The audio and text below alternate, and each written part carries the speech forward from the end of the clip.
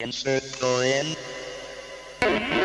What's up, everybody? Welcome to Analyzing the Pac-Man Ghosts, Part 12. Yes, we've actually made it this far. I'm very excited to talk about these new discovered ghosts that I found lurking around in the anthology of the Pac-Man mazes and the world of Pac-Man, all the characters, the monsters, the ghouls, the ghosts. And just in case you're new to this video series, hi, my name is SuperPat98. I make a lot of videos about the ghosts of Pac-Man. And this is part 12, and I have analyzed literally every single ghost in the entire history of the Pac-Man series, leaving no stone unturned. So anyway, let's get started. Number 1, Mad Dog. Mad Dog is the lead top red ghost from Crazy Otto. Crazy Otto, for those of you who are unfamiliar with it, was the original version of Ms. Pac-Man, which was created by these two guys, and then Namco found out about it, and they basically changed it, and it became Ms. Pac-Man. But the original version was just called Crazy Otto, and it had these little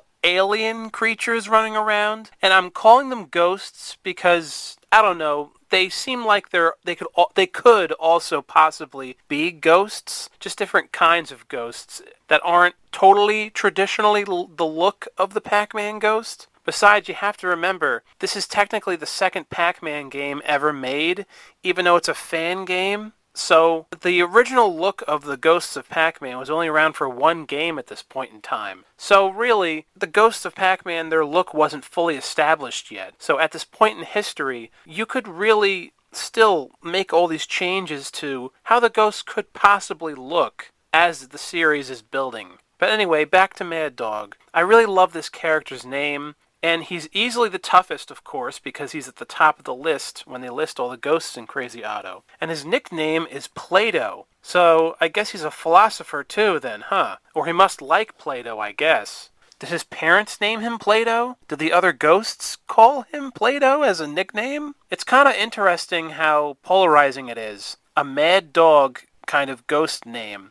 So he's a vicious, tough motherfucker, ready to rip Pac-Man or Crazy Otto's throat open. Yet at the same time, he's also a genius. He's a philosopher, like Plato. How could someone be that angry and also a genius? I suppose it's possible, although it feels like it's ironic. And that's what makes a lot of these Pac-Man bootlegs so fascinating, is that so many of the names are so random. And it's just pure imagination, where throwing something at a dartboard where it can make sense in a fun way when you think deeper about them. But honestly, most of the names of the ghosts in the Pac-Man bootlegs probably don't mean anything, really. It's all about your imagination and what you can take from observing what's there already. And you can kind of create a whole entire folklore based on the ghosts themselves, with just a little bit of imagination. And that's what I love to do, and that's why I love making these videos for you guys. And plus, also, I'd love to talk about the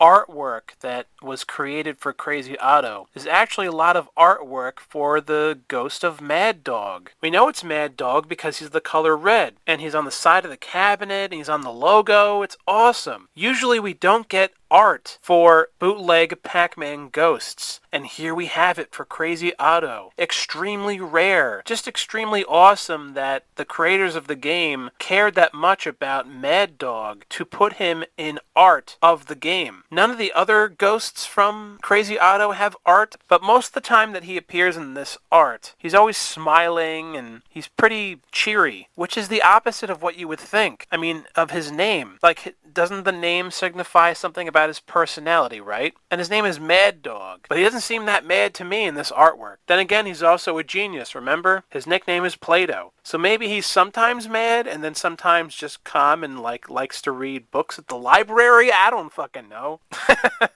Anyway, let's move on. Number 2, Mummy Ghosts. These mummy ghosts are apparently from Pac-Man The Adventures in Time, the PC game. I constantly refer to this game when I make these videos because there's so many different kinds of unique ghosts from this particular title, which is a shame that they only did these kinds of ghosts really with this one game. I wish every Pac-Man game had all kinds of tons of unique ghosts, but if you want to find most of them, they are actually just in this one game. That was only released for the PC, like the Windows 95 stuff back in the day. It's a very underrated title. I've talked enough about the game. But anyway, mummy ghosts. I just really dig that design, and their look is very cartoonish. It just reminds you of like the old Halloween decorations from the 60s. It feels like it's corny but also spooky and fun in like a Halloween kind of way, in like an innocent Halloween kind of way. I love the mystery behind a mummy ghost. It also reminds me of that Universal monster movie, The Mummy's Ghost. And I love those old Universal monster movies, by the way. And now we literally have mummy ghosts. Analyzing and looking at all the levels in Pac-Man The Adventures in Time, I haven't come across a level where you actually encounter mummy ghosts. Maybe it is there, but I couldn't find it. There is like 1 or 2 levels where you encounter pharaoh ghosts in like the pyramid or whatever, and that's awesome. So you do encounter the pharaohs, but mummies as ghosts? I don't see them. Maybe they are there, but I haven't found them. But still, you might notice some of the ghosts that appear on the box art for this game don't actually appear in the game itself, although according to my research, most of them do. So is this one of those ghosts that was like an idea they had and they were planning on using mummy ghosts in the game, but they just never got around to it or they forgot about them? Yet it's on the cover, so maybe originally there was supposed to be mummy ghosts in the game, but because they got so overwhelmed and they made so many other ghosts, I guess they just left the mummy ghosts behind. And yes, this ghost is actually not quite ironic like so many other ghosts I've talked about, because, well, a mummy technically is a ghost. Well, a mummy's like a zombie, right? Then again, zombies are almost like ghosts because they're undead, so mummies and zombies are like ghosts, so it's kind of fitting that there is a mummy that is a ghost, because mummies are already kind of like ghosts anyway. So it's very fitting, actually. Number 3. Crybaby. Crybaby is a ghost from basically a converted version of the original Pac-Man arcade game using Galaxian hardware. And that's really cool because converting the Pac-Man game using Galaxian hardware allows the game to have weird colors and weird sound effects that it's not supposed to have. So it's kind of like the creation of the monster Frankenstein, combining other things that come together that aren't supposed to come together. Yet it's alive! It's alive! To quote the movie. Crybaby. So what's there to say? Well, I love the color of the ghost, light purplish kind of hue to the ghost, and the eyes are great, neon yellow with piercing red eyes. Is the eyes of Crybaby like that red because he or she is about to cry really badly? Also, the nickname for Crybaby is Maki. I'm not really sure what that means, and the name says it all. This ghost must cry all the time, buckets of tears. You may not think it's fair to include not even a bootleg Pac-Man game, but a version of Pac-Man that was altered using Galaxian hardware to be included as a Pac-Man ghost, along with all these other ghosts of the Pac-Man family, because this isn't even technically a bootleg, but I would still technically count this, because they did change the name of the ghosts, whoever did this back in the day, this ROM or whatever, or hack, whatever you want to call it. Since they changed the names of the ghosts, and they do have unique color patterns, so I think they should count, because it's close to a Pac-Man bootleg as you can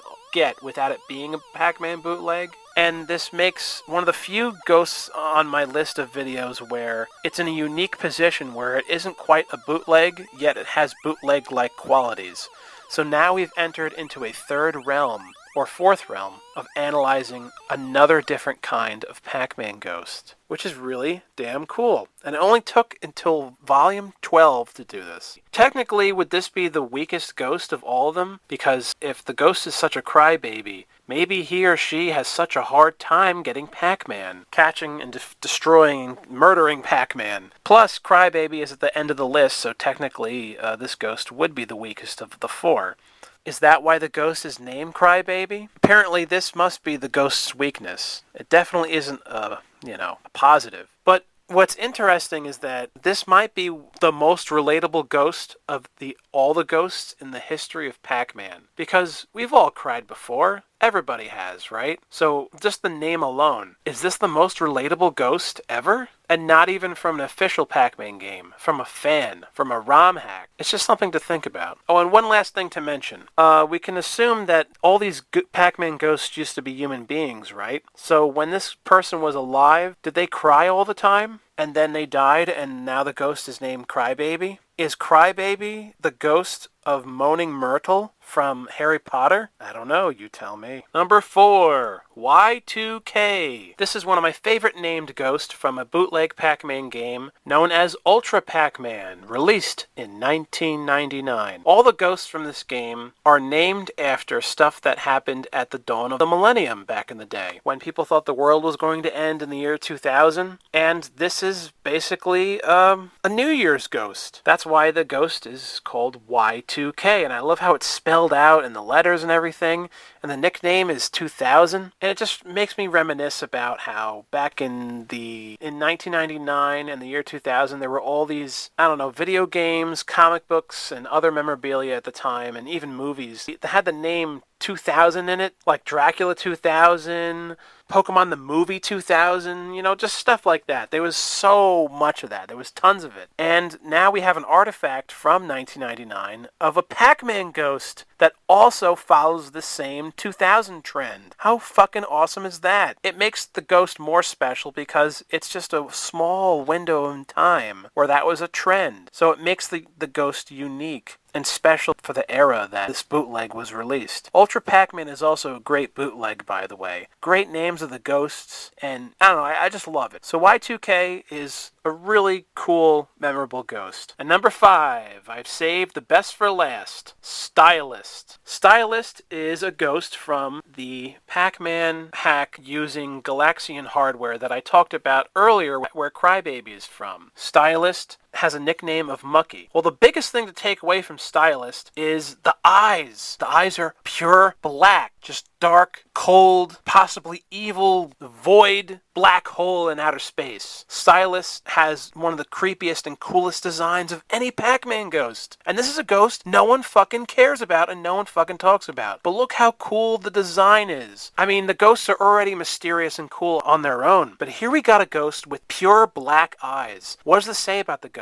Can we assume that it's creepy? Can we assume that the ghost is pure evil? Can we assume the ghost was just sad and isn't evil at all? But there must be a psychological, creative reasoning for why the eyes of this ghost are pure black. Of course we know deep down there really isn't a reason. It was just the color palette of the game and the eyes happened to turn pure black. Unless the person who made this ROM hack literally edited the eyes of each of these ghosts to make them the way they look, then that'd be different. Then I'd love to know the creator's reasoning for making these eyes black like this. But we'll never know. I mean, do we know any of the people that actually made all these old Pac-Man bootlegs? Have they made any interviews? Because I can't find any of them. Like, all the people that made these really old Pac-Man bootleg games, they're just not on the internet, and no one can find them, and no one cares about talking about them and what they created. These people created such a wealth of interesting and fascinating ghosts that are part of the history of Pac-Man. Because like I mentioned in my other videos, most of these Pac-Man bootleg games are really fucking old. A lot of them are 20 years old at this point, or even